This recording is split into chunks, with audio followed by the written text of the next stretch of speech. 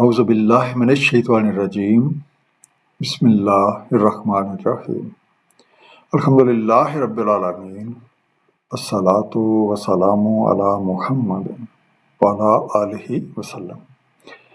پچھلے رکوع کا خاتمہ اس بات پہ ہوا تھا کہ جب بے راہوں کو جہنم میں ڈالا جائے گا تو وہ اس بات کی آرزو کریں گے کہ کاش ہمیں دنیا میں واپس بھیج دیا جائے تو ہم مومن ہو جائیں۔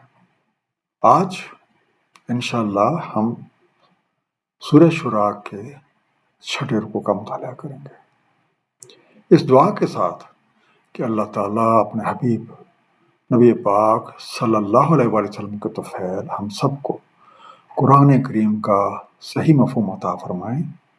آئیے مطالعہ قرآن کا آغاز کرتے ہیں۔ بسم اللہ الرحمن الرحیم۔ کذبت قوم نوح المرسلین، تکذیب کی قوم نوح نے رسولوں کی۔ اذ قال لهم اخوهم نوح الا تتقون، جب کہا ان کے بھائی بند نوح علیہ السلام نے کیا تم تقوی نہ کرو گے؟ انی لکم رسول امین، بے شک میں تمہارے لیے رسول امین ہوں۔ فاتقوا اللہ واطیعون، پس تقوی کرو اللہ تعالیٰ سے اور میری اطاعت کرو۔ انڈرلائن لفظ ہے کذبت، کاف زال با سے بنا، تکذیب کی، جھوٹا سمجھا، ڈینائڈ۔ امین الف میم نون سے بنا، امانت دار، ٹرسٹ ورتھی۔ یہ رکوع قوم نوح کے ذکر سے شروع ہو رہا ہے۔ حضرت نوح علیہ السلام نے اپنی قوم کے سامنے پیغام حق پیش کیا اور انہیں ہر طرح کی نافرمانی سے اپنا ہاتھ کھینچ لینے کی تلقین کی۔ انہیں اپنی قوم کو یہ یقین دلایا کہ اس پیغام کو پہنچانے میں ان کی اپنی کوئی ذاتی غرض نہیں ہے، بلکہ ان کے ذمہ تو اللہ تعالیٰ رب العالمین کا پیغام اس کے بندوں تک من و عن پہنچا دینا ہے۔ ان آیات سے یہ حقیقت بھی بے نقاب ہوتی ہے کہ رسول کی اطاعت دراصل اللہ کی اطاعت ہے۔ سورہ نساء آیت نمبر 64 میں ارشاد ہے، نہیں بھیجا ہم نے کوئی رسول مگر اس لیے کہ اطاعت کیجئے اس کی اللہ تعالیٰ کے اذن کے ساتھ۔ وما اسألکم علیہ من اجر ان اجریہ الا علی رب العالمین، نہیں میں سوال کرتا تم سے اس پر کسی اجر کا، نہیں ہے میرا اجر مگر رب العالمین پر۔ فاتقوا اللہ واطیعون، بس تقوی کرو اللہ تعالیٰ سے اور میری اطاعت کرو۔ قالوا انؤمن لک واتبعک الارذلون، وہ بولے کیا ہم ایمان لائیں تم پر اور اتباع کر رہے ہیں تمہاری رذیل لوگ۔ انڈرلائن لفظ ہے اسالکم، سین الف لام سے بنا، تم سے مانگتا، ask you, demand from you. ارذلون را زال لام سے بنا، کم حیثیت، حقیر، the meanest one۔ حضرت نوح علیہ السلام نے لوگوں کو ہر طرح سے یقین دلانے کی کوشش کی کہ وہ اس کام کے بدلے ان لوگوں سے کسی بھی طرح کے معاوضے کے طلبگار نہیں ہیں۔ وہ تو بس یہی چاہتے ہیں کہ لوگ نافرمانی چھوڑ کے اللہ تعالیٰ کی پسندیدہ طرز اختیار کر لیں۔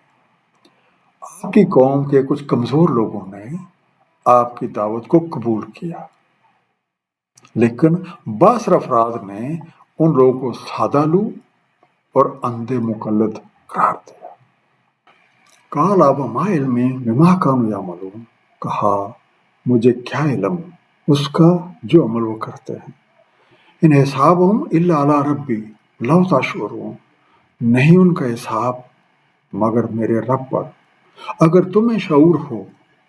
وما انا بطارد المؤمنین، اور نہیں ہوں میں دور کرنے والا مومنین کو۔ ان انا الا نذیر مبین، نہیں ہوں میں مگر ایک متنبع کرنے والا کھول کر. انڈر لائن لفظ ہے بتارتن، تا را دال سے بنا، دور کرنے والا. the one who drives away. حضرت نوح علیہ السلام کے بار بار پیغام پہنچانے پر قوم کے بعض افراد نے یہ مطالبہ کیا کہ ہم ان غریب اور کمزور لوگوں کے ساتھ بیٹھ کر آپ کی بات نہیں سن سکتے، آپ ان کو خود سے دور کریں تو پھر ہم آپ کی بات سنیں گے. حضرت نوح علیہ السلام نے جواب دیا کہ ان کا غریب ہونا کوئی عیب نہیں ہے اور تمہارا امیر ہونا کوئی قابل فخر بات نہیں ہے. دین اور دنیا کی سعادت ظاہری دولت اور حشمت کے تابع نہیں، بلکہ خلوص نیت اور عمل خیر سے ہوتی ہے. میرے ذمہ پیغام حق کو پہنچا دینا ہے اور اس کے نتائج سے پیش کی آگاہ کر دینا ہے. اب یہ تمہاری اپنی ثواب دید ہے کہ تم اسے قبول کرتے ہو یا نہیں.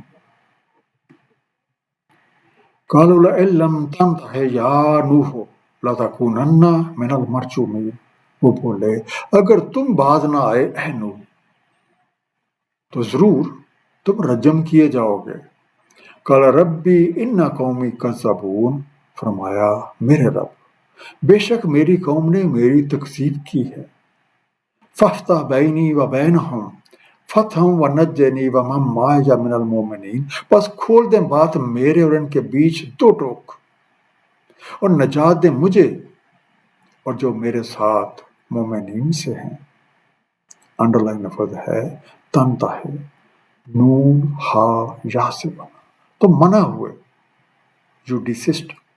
المرجومین را جیم میم سے بنا، رجم کیے جانا، الگ کر دیا جانا. Those who are stoned. جب وہ لوگ حضرت نوح علیہ السلام کے دلائل سے لاجواب ہو گئے تو دھمکیوں پر اتر آئے. اور یہ ہر دور میں حق کی تکذیب کرنے والوں کا شیوا رہا ہے. حضرت نوح علیہ السلام تقریباً 900 سال تک اپنی قوم کو حق کی طرف بلاتے رہے.